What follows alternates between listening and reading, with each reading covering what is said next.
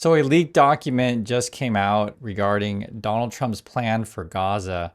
I want to go over what this is and let's just jump right in. So this is the headline: U.S. run Gaza Riviera post-war redevelopment plan sees voluntary relocation, and that's in quotes, voluntary relocation of millions.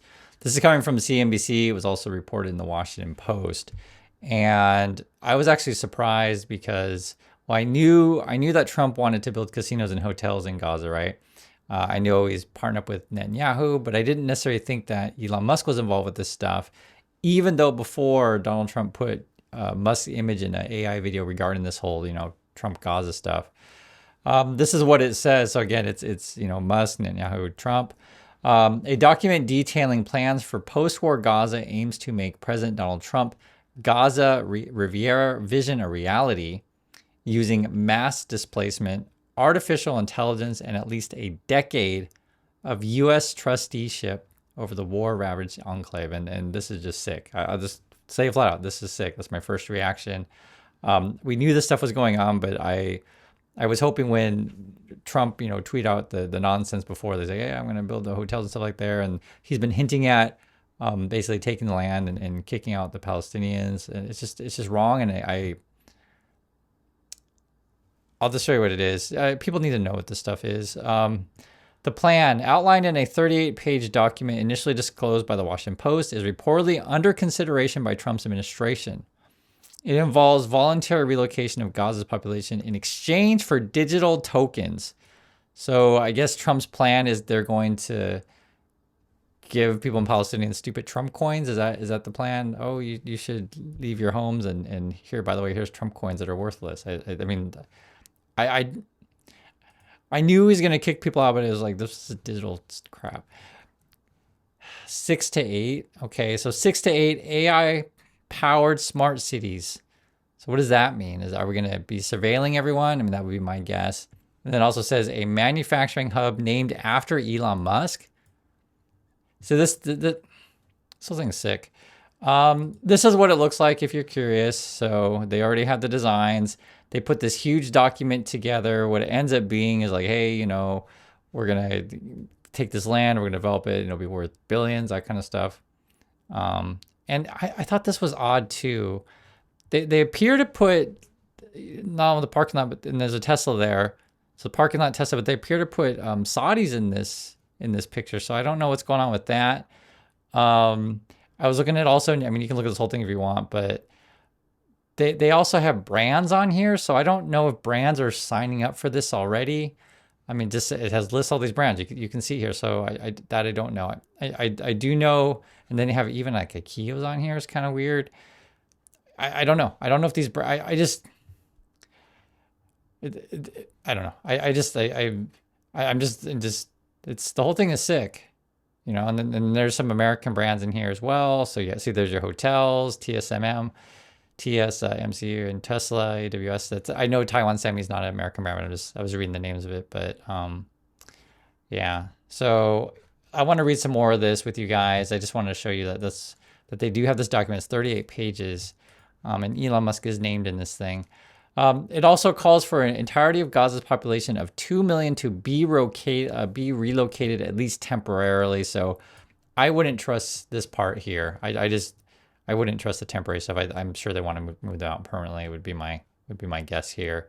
Through either what it calls voluntary departures to another country, or moving residents into temporary housing within the strip during reconstruction. So again, I wouldn't trust the temporary stuff myself. I don't trust the token stuff. I don't trust the temporary stuff. I don't trust Netanyahu. I don't trust Elon Musk. I don't trust Trump. What does it say? It says, the plan was developed by some of the same Israelis behind the controversial U.S. and Israeli-backed Gaza Humanitarian Foundation. I'm not sure if Jared Kushner's in this thing, but he's been involved with this stuff before. So that would be Ivanka's husband, and he's always, talking about taking the land, etc. That's what this whole thing has been all about, and I've told you guys this several times. It's frustrating, but at least this is out in the public. So, I think France in September. So we're in September now. I think they were gonna declare, that a two-state solution. Hopefully more countries will also do that. I think France will be one of the first Western countries to really do that, or recognize Palestine. I think it's probably how you would say it. The GHF, whose stated goal is to provide food inside the enclave, has received heavy criticism, of course it has, from the UN experts for allegedly being, quote, exploited for covert military and geopolitical agendas in serious breach of international law. And it was just reported today. There was like a society of people who study this kind of thing, and just basically just said it's just outright genocide there in Palestine. And I know before, I think it was last week, they had declared a famine also in Gaza.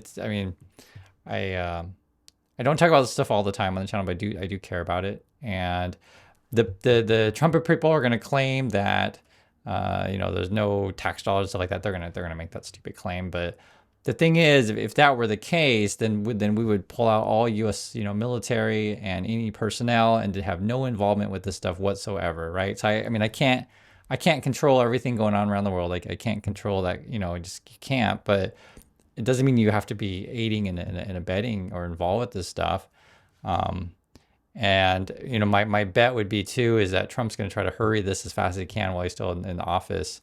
Would be my guess. And building on top of that, you never know. Maybe Trump's trying to like run away to Gaza or run away to Russia after the election, right? Or after he's out of office and then in the next election. I wouldn't be shocked there, because just think in terms of like just Trumpy, he's at the end of his life, and do you think he's going to go back to New York? He'll get protested every day at his house for the rest of his life. I wouldn't be shocked if he moves. That's his plan, maybe. So that's the speculation on that. But what else does it say here? Gaza would be under U.S. trusteeship. This is the part that's and Trump's talked about putting soldiers there before to Americans.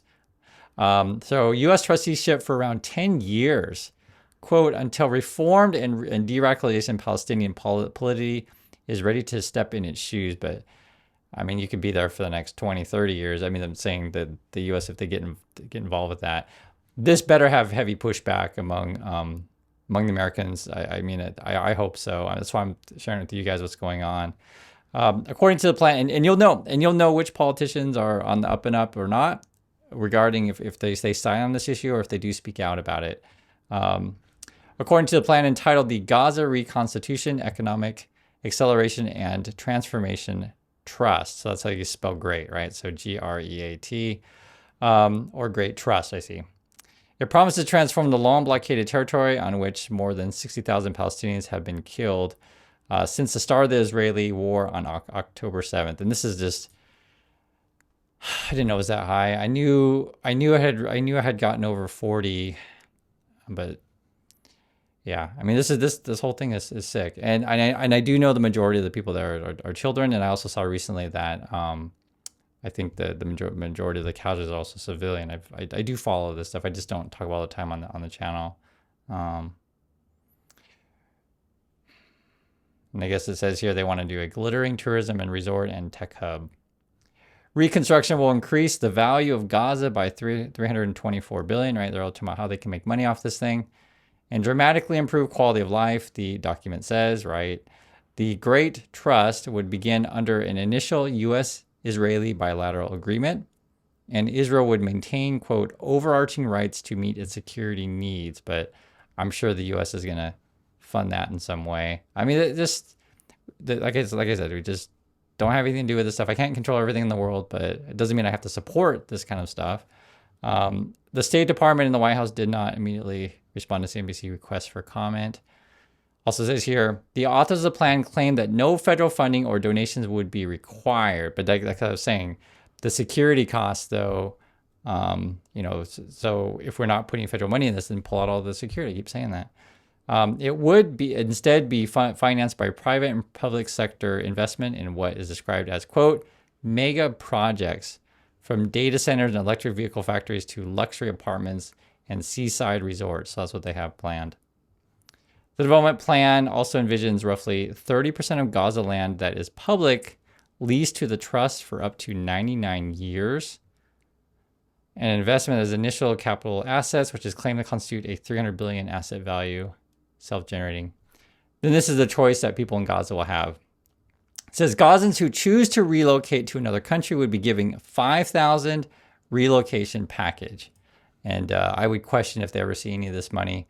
Because you know how Donald Trump is, right? It's like promising that Mexico is going to pay for the wall, or promising you're going to get a check for Doge, or promise that you're going to get a rebate on the tariffs.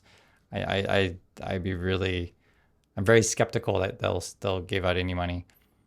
4 years of rent subsidies. That's a definite. I doubt it. I highly doubt that one.